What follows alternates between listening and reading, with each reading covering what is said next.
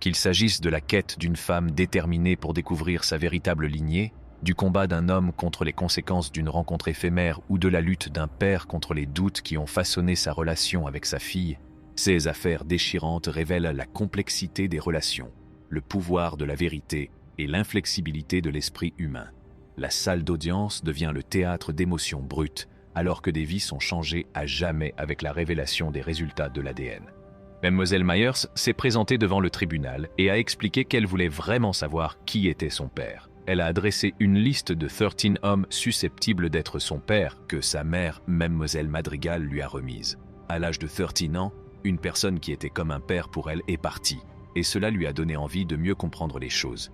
La liste des papas possibles de sa mère s'est allongée lentement pendant environ 1 an, mais il semblait que sa mère ne la prenait pas très au sérieux. Mlle Madrigal, sa mère, a également parlé au tribunal. Elle a expliqué qu'elle avait 17 ans lorsqu'elle est tombée enceinte de Mlle Myers et a déclaré que la date n'était peut-être pas exacte en raison du moment où elle a découvert qu'elle était enceinte. L'un des hommes figurant sur la liste, M. McCraney, a admis devant le tribunal qu'il avait eu une brève relation amoureuse avec Mlle Madrigal.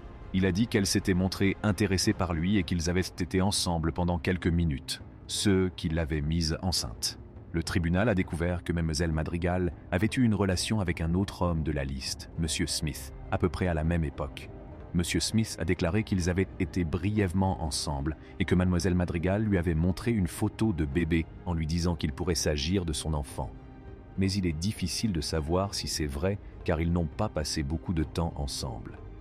Mlle Myers a expliqué que tout cela lui donnait l'impression d'être très mélangée et de ne pas savoir d'où elle venait. Elle a parlé à sa mère et lui a dit qu'elle se sentait abandonnée et confuse quant à ses origines familiales.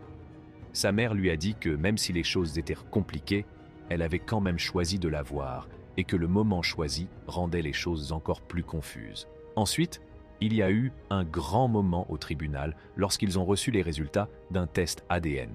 Le premier test a révélé que M. Smith n'était pas son père, mais le second test a révélé que M. McCraney était son vrai père. C'était vraiment surprenant et M. McCraney n'en revenait pas. Il ne s'attendait pas du tout à ces résultats. La vidéo commence par une confession choquante de M. Manser, qui donne lieu à un drame judiciaire qui changera le cours de sa vie. Il se souvient que 12 heures de sa vie se sont soldées par une peine de 5 ans d'emprisonnement dans l'administration pénitentiaire. La femme impliquée était une amie proche de sa tante et ils vivaient tous dans la même petite communauté. Bien qu'ils se soient connus, M. Manser précise que leur relation s'est limitée à un coup d'un soir, malgré les versions divergentes. Manser estime que la nature de leur relation n'a pas vraiment d'importance à la lumière des événements qui se sont déroulés. Il reconnaît qu'ils ont eu une relation sexuelle à un moment donné, ce qui soulève la possibilité qu'il soit le père de l'enfant. Il affirme n'avoir appris l'existence de l'enfant qu'en 1995, lorsqu'il a reçu des documents judiciaires. Il explique que, pour diverses raisons, il n'a pas pu se rendre au tribunal, ce qui lui a valu d'être déclaré père par défaut. En conséquence, il a été accusé de non-paiement criminel de la pension alimentaire. Plusieurs années se sont écoulées avant que M. Manser ne soit arrêté pour non-paiement de pension alimentaire. Il exprime sa gratitude pour une émission qui l'a aidé à confirmer qu'il était bien le père de l'enfant. Il justifie son incapacité à se présenter au tribunal en invoquant la peur et d'autres difficultés. Il précise qu'il n'a pas payé de pension alimentaire pendant environ 8 ans, et non 3. Il détaille son historique de paiement après avoir purgé une peine de prison. Dans un moment d'introspection, M. Manser reconnaît que son entêtement a contribué à la douleur que lui et d'autres ont subie. Il reste déterminé à ne pas prouver qu'il est le père de l'enfant.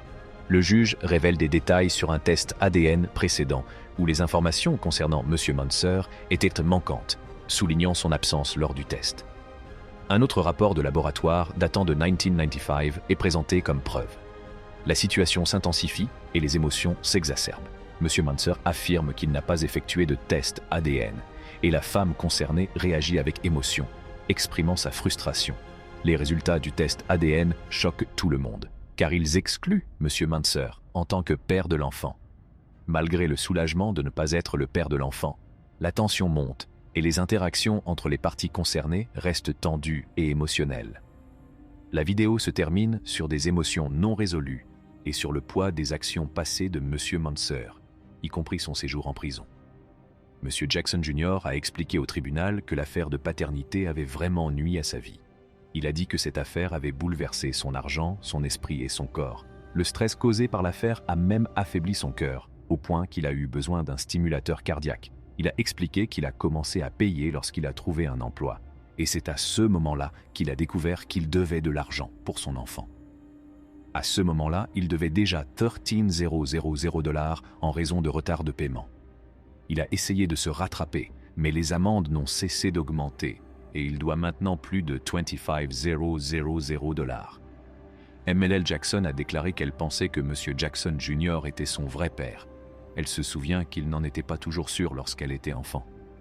Parfois, il disait qu'il n'était peut-être pas son père. Il a admis qu'il avait des doutes parce que sa mère avait d'autres petits amis à l'époque.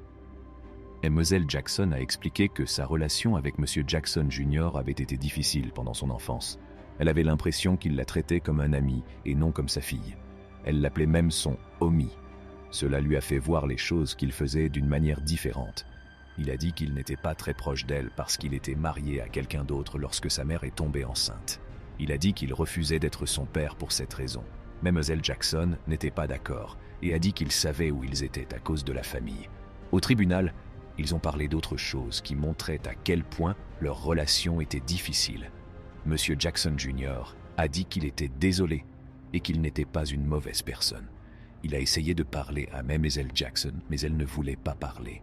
Mlle Jackson s'est souvenue d'une fois où elle lui avait demandé de l'argent pour acheter une glace, mais il a refusé et a acheté de l'alcool. Ce souvenir l'ont rendue très triste et elle a du mal à faire confiance aux hommes. Elles ont toutes les deux dit à quel point elles avaient mal à cause de tout cela. Mlle Jackson a dit que toute cette situation l'avait rendue malheureuse dans sa tête et qu'elle avait du mal à choisir de bons petits amis. Après avoir partagé leurs sentiments, elles ont découvert, grâce à un test ADN, que M. Jackson Jr. était son vrai père. Dans le monde de la cour de paternité, les émotions sont à leur comble lorsque l'histoire compliquée de MLL Hall et de M. Richard se déroule sous les yeux du juge. La mère de Mlle Hall, Mlle West, intervient pour situer le contexte, réfutant l'affirmation de M. Richard selon laquelle leur fils n'a aucune raison d'être assoiffé.